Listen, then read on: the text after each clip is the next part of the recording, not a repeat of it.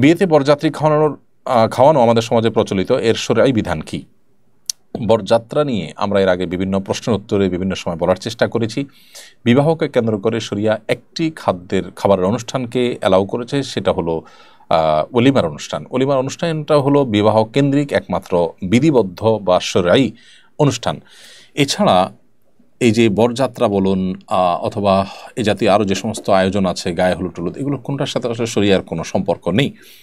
এগুলোতে যদি অন্যের প্রতি জুলুমের ব্যাপার থাকে, যেমন বরযাত্রী খাওয়ার যে কালচার, এই কালচারটি সমাজে প্রতিষ্ঠিত হওয়ার ফলে যারা ধনী তারা হয়তো সন্তুষ্ট চিত্তে খাওয়ান, খুশি মনে খাওয়ান পাত্রপক্ষকে, কিন্তু যারা গরিব মানুষ, ওই ধনী মানুষদের এই কালচারকে ডেভেলপ করার, প্রতিষ্ঠিত করার কারণে তারাও, অর্থাৎ গরিব মানুষরাও নিরুপায় হয়ে এখানে অর্থ ব্যয় করতে হয়, লোন করে করতে হয়, এটা তাদের উপরে চাপ হয়।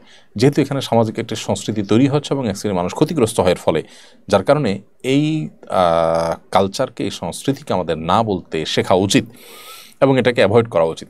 একান্ত খুবই সীমিত পরিসরে 2-4-5 জন 7 জন মেহমান তো যেতেই পারে, সেটা তো বিবাহের বাইরেও সাধারণত যাওয়া আসার প্রচলন আমাদের সমাজে রয়েছে এবং এটাকে কেউই সেভাবে প্রেশার হিসাবে নেন না। অতএব সেটা কথা ভিন্ন, কিন্তু এর বাইরে বার্গেনিং করে, বিশেষ করে 200, 300, 400, 500 লোক খাওয়ানোর যে কালচার রয়েছে, মেয়ের বাবার উপরে যেটি চাপানো হয়ে থাকে, এটি শরিয়াত দৃষ্টিকোণ থেকে সঠিক কোনো কাজ নয়। এটি জুলুম এবং কোনো কোনো ক্ষেত্রে অন্যায়ের পর্যায়ে পড়ে। যার কারণে এখানে পাত্রপক্ষকে খুবই সাবধানতা অবলম্বন করতে হবে, সতর্কতা অবলম্বন করতে হবে। বিবাহ কেন্দ্রিক আনুষ্ঠানিকতা, খাওয়ানো এবং আয়োজন, সেটি হবে শুধুমাত্র বরপক্ষের এবং তার নাম হলো ওয়ালিমা।